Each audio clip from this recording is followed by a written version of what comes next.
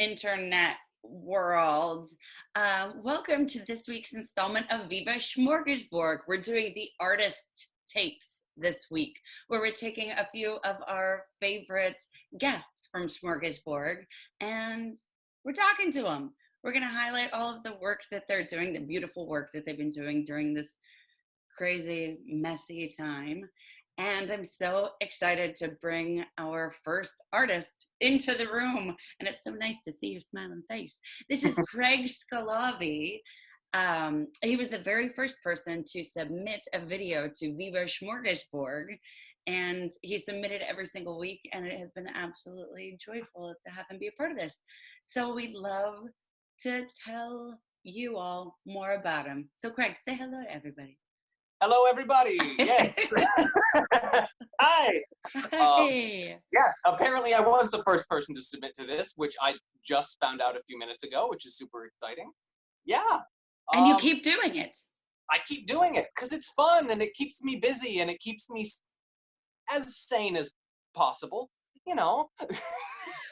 It gives me goals. It gives me goals, and I need that right now. We need something to hold on to. Exactly. Well, but that's a question I want to ask you is, like, you have been doing so much work during this time. You've been creating videos for us, but you've also been doing your Shakespeare in Solitude work, but you're also you just graduated from your MFA program. Would you mind telling us a little bit about that? Absolutely, yes. So I just graduated a week and a half ago from the FSU Asolo Conservatory for actor training, where I earned my MFA in acting. So I've spent the last 3 years down here in Sarasota, which is where I met Terry. And I've been working with the conservatory and the Asolo Repertory Theater and just working my ass off to get my master's degree, which I just got after 3 years of busting my butt and drinking more coffee than is probably healthy for one human individual. Which is probably the reason why I keep doing this every week, because I was in the middle of rehearsals. I was understudying a world premiere musical down here, which was, world premiere with Frank Galati and, Lynn Ahrens and, Stephen, oh my God, Stephen Flaherty. Oh my God, I can't believe I forgot his name. He knows who he is. Down here. He knows. So I've been down here working on all of this amazing stuff, working with all of these amazing artists, and we were in the middle of rehearsals for this world premiere musical, Knoxville, and then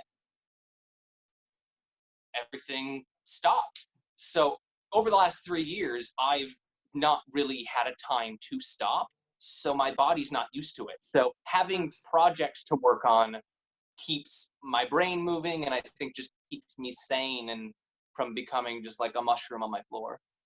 And then we were actually setting up our New York City showcase, because at the end of our third year every year, at the end of the third year students go to New York City and they showcase with scenes in front of agents and casting directors and stuff like that.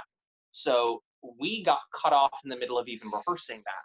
So we were not able to go to New York. We weren't able to finish rehearsing our showcase. So another project that's actually on my plate right now is I am editing together our digital showcase. Amazing. Yeah, so everyone is submitting one monologue, and some of us are submitting songs.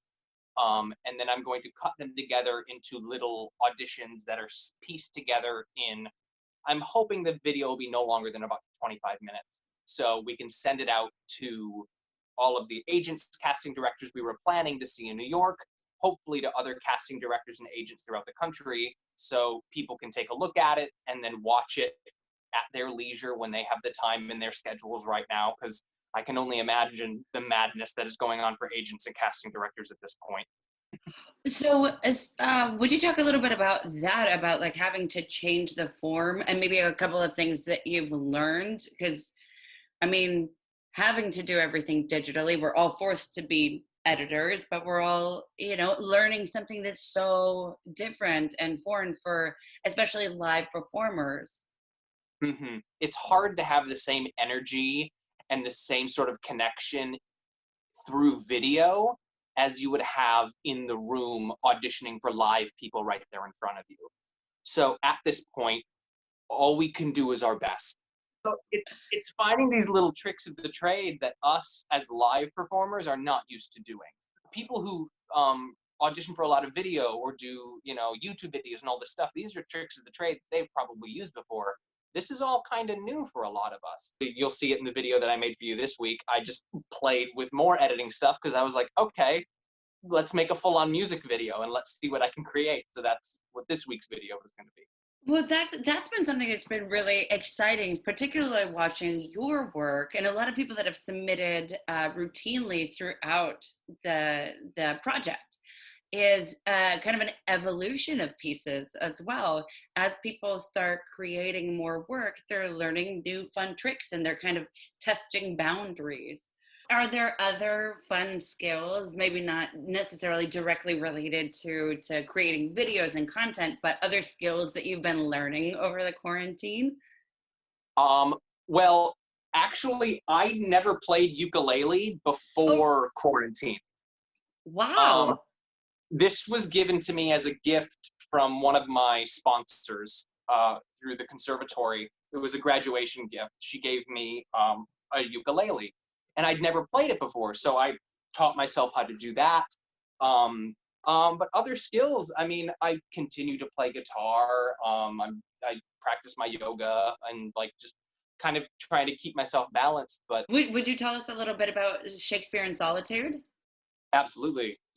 So Shakespeare in Solitude is this project that I started a couple days after this whole isolation thing began.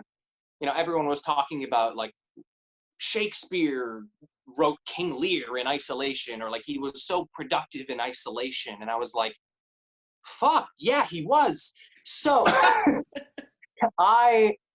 so rather than attempting to write King Lear, because that's a skill set I do not have, I wanted to just kind of pay tribute or an homage to one of the greatest writers of all time.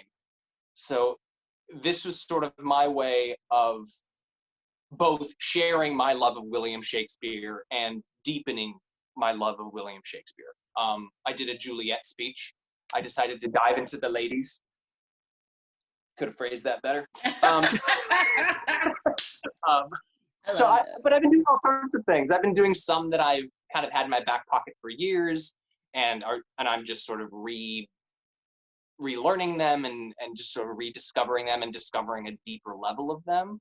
But then there's also speeches that I've just never touched before. One video that I put out, which is sort of a super mashup, which was myself, Andrew Bosworth, and then Paul Herbig. All three of us are alumni of the FSU Conservatory, and we did a To Arms video. And we were inspired to do this. Well, it was really Andrew Bosworth. It was his idea. So it was this idea of like just kind of giving us a rally cry when we're in these sort of scary, uncertain times. And who better to look to than Shakespeare for a good old badass speech. So he had the idea of doing kind of these dueling speeches that were in Richard III. So Andrew and I each did that. But Paul had written, or I guess adapted would be the word. There was a speech that Andrew Cuomo had given quite a few weeks back where he was speaking to, I believe it was the New York State National Guard. And he was talking about what was going on, what he was asking them to do, and what this road forward was going to look like for the country, but specifically for the state of New York. And it was a really, really beautiful, kind of epic speech. It felt very Henry V. So what Paul did, and this was before this whole video idea came out, Paul had adapted that speech into iambic pentameter. And he had posted it online. So I reached out to Paul and I was like, can I use your speech in one of my videos? And then I was like, why would I do it? He wrote it. It's his thing that he created. So I asked him if he would do it for me. So I added that. So we have sort of these three epic To Arms speeches within one video, which was really fun because I got to edit some stuff. Andrew did a little bit of video editing and sent it my way, and there's finally I got a chance to like truly do like this big collaboration with under the umbrella of my Shakespeare in Solitude, which was super fun. That's incredible.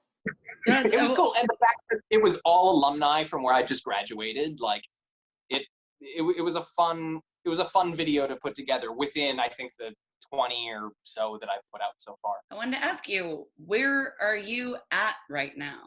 Physically, emotionally, where are you at right now? Where am I at right now? I think it depends on the minute. Uh, at the moment, I can definitely tell that I am using projects and an overabundance of projects as a coping mechanism. I'm in a very weird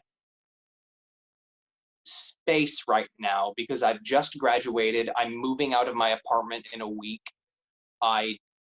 Yeah, I'm moving back up to Wisconsin because my plan was to go to Chicago or New York, but clearly those are not great choices at the moment. No. So I think I'm nervous. I'm scared. I'm lonely, but I'm hopeful. And I think part of me being hopeful is that I have to force myself to be hopeful. But